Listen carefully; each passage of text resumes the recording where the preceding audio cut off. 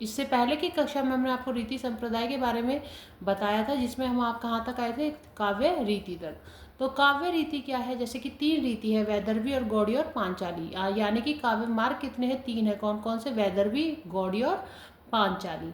तो इसमें हमें क्या करना है, जो वैदर्भी या काव्य मार्ग जो होता है, वैदर्भी काव्य मार्ग जो होता है, वैदर्भी रीति जो होती है, उसमें क्या होते हैं, समस्त गुण होते हैं। गौड़ी में कितने होते हैं, ओज और क्रांति गुण होते हैं। पांचाली में क्या होता है, माधुर्य और सौकुमार्य गुण होते हैं। वैदर्भी ऐसे जिसमें समस्त गुण समा जाते हैं। वैसे ही गौड़ी में कौन कौन से गुण समा जाते हैं, ओज और क्रांति। जो काव्य ओज और क्रांति से भरपूर होता है, तो याद समझ जाइए कि उसमें कौन सी रीति है, गौड़ी रीति। ऐसे ही पांचाली, पांचाली में क्या होता है, माधुर्य और सौकुमार्य। जैसे कोई कोई काव्य आप पढ़ते हैं तो आप देखते हैं उसमें क्या है, उसमें क्या होता है, जब आप उसको पढ़ते हैं कि उसमें बहुत ही मधुर उसमें लिखा होता है, बहुत ही मधुर उसमें लिखा होता है। तो उसमें कौन सी रीति है, याद रखिएगा, माधुर्य रीति। ये आ जाता है, काव्य का ऑप्शन आपको दे देंगे और आपको उसमें पहचानना होता है कि इसमें कौन सी रीति है। अब वैदर्भी रीति, वैदर्भी रीति क्या है, इसमें समस्त गुणों की क्या कहता है, संकलन होता है, समस्त गुण इसमें समाये होते हैं। तो इसको क्या कहते हैं, सभी गुणों के कारण इसे सर्वश्रेष्ठ रीति कहा जाता है। अब आपसे क्वेश्चन आ जाएगा कि मतलब ऑप्शंस दे देंगे आपको, वैदर्भी, गौड़ी, पांचाली, अन्य उदाहरण जो भी देंगे उसमें से पूछ लिया जाएगा कि सर्वश्रेष्ठ कौन सी है, तो आप बताएंगे वैदर्भी। या ऐसे आ जाए कि ओज और क्रांति किस रीति के गुण हैं, समस्त गुण कौन सी रीति में है, मधुर्य और सौकामार्य ये जो गुण है ये कौन सी रीति में, आपसे ऐसे करके भी आ सकता है। तो आप बताएंगे जो समस्त गुणों वाली है, जिस कारण वो सर्वश्रेष्ठ है, वह कौन सी है, वैदर्भी रीति। ऐसे ही गौड़ी है जो जिसमें क्या है, ओज और कांति, जो क्रांति आता है। ऐसे ही पांचाली क्या है, माधुर्य और सुकुमार गुणों से भरपूर वाली काव्य मार्ग है, काव्य रीति है।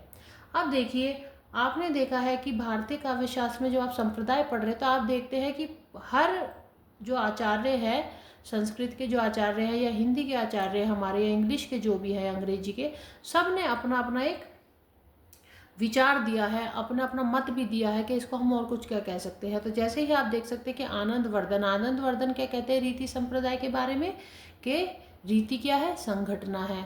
ऐसे ही मम्मट ने इसका अन्य नाम क्या दिया, वृत्ति इसको नाम दिया, रीति को।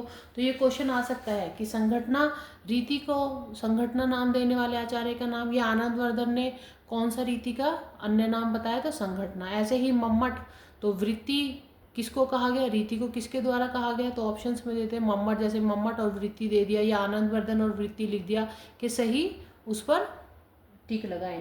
तो आपको पता है वो ऑनलाइन मोड होता है पेपर का, तो उसमें बहुत ध्यान से देखिए, जब हमारे सामने कोई चीज़ होती है तो हम उसे धीरे धीरे करते हैं, तो हमें सहूलियत होती है। जब हम ऑनलाइन पेपर देते हैं किसी भी उसका, किसी भी फील्ड में, तो उसमें हमें बहुत ध्यान से पढ़ना होता है।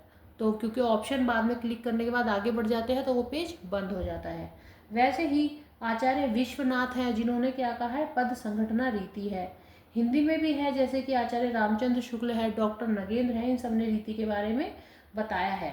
रीतियों के ना कई गुण हैं।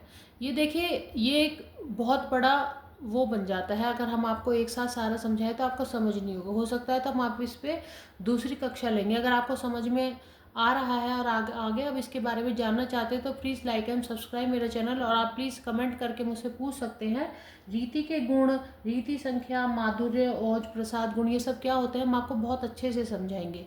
पर जब तक आप इनिशिएट नहीं करेंगे, हमें नहीं पता ना, आप हमें मतलब जानना चाहते, नहीं जानना चाहते, तो प्लीज़ लाइक एंड सब्सक्राइब और कमेंट करके बताएं आपको क्या जानना है रीति संप्रदाय में, या अलंकार संप्रदाय में, या हमारा रस संप्रदाय है, वक्रोक्ति संप्रदाय है, जो भी संप्रदाय है, या भारतीय काव्य शास्त्र में काव्य के स्वरूप के बारे में, काव्य के तत्व के बारे में, काव्य भेद के बारे में, जो भी भेद जो भी होते काव्य के, इन सब के बारे में अगर आपको जानना है तो प्लीज़ कमेंट करके हमसे आप पूछ सकते हैं।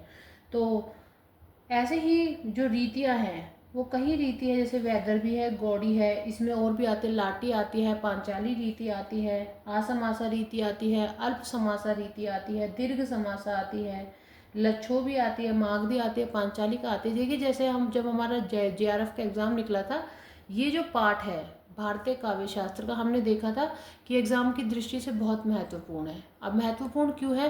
क्योंकि एक ये ही इसमें इतना पेचीदा है कि इसको करने से बच्चे अक्सर चूक जाते हैं कि हमें नहीं करना, और वो करके नहीं जाते, तो उनकी जगह क्या होता है, वो बच्चे पास हो जाते हैं जो इसको भी अच्छे से करके जाते हैं। बच्चे क्या करते हैं, कुछ सिलेबस के भाग को छोड़ देते हैं, कुछ को आगे बढ़ जाते हैं, किंतु ये क्या है, गलत है।